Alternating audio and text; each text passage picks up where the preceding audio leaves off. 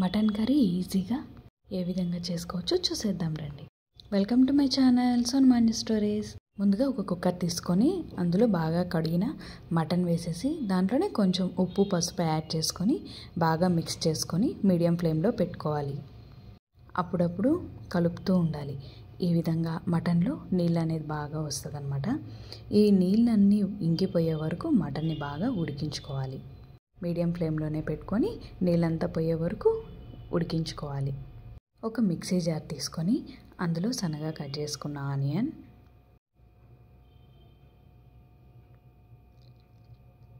తెల్లగడ్డ, సన్నగా కట్ చేసుకున్న టమాటో, ఇంకా అల్లం, కొంచెం లవంగాలు, కొన్ని మిరియాలు, కొంచెం కొత్తిమీర, ఉప్పు, పసుపు, ఇంకా మిరప్పొడిలోనే ధనియాల పొడి వేసుకొని ఆడించుకున్నాను. మీరు ధనియాల పొడి సపరేట్గా కావాలంటే దీంట్లో యాడ్ చేసుకోవచ్చు. అన్నీ వేసేసి వాటర్ ఏమీ వేయకుండా ఇది మెత్తగా గ్రైండ్ చేసుకునేయాలి.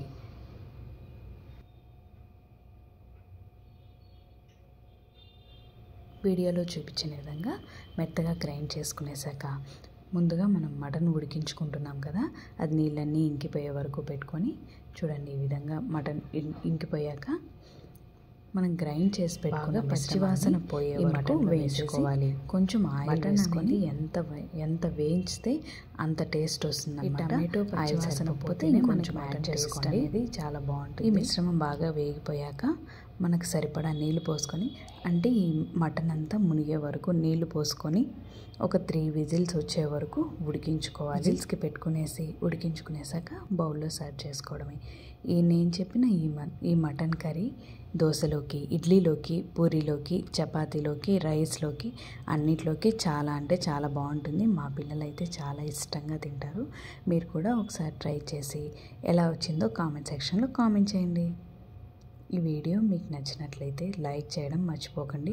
ఇంతవరకు ఎవరైనా నా ఛానల్ని సబ్స్క్రైబ్ చేసుకోకపోతే సబ్స్క్రైబ్ చేసుకోవడం మర్చిపోకండి. మటను విజిల్ వచ్చేసాక మూత తీసాక మీకు చూపిస్తానా? చూడండి అసలు ఎంత సాఫ్ట్గా ఉడికిపోయిందో. చూస్తానే నోరు ఊరిపోతుంది.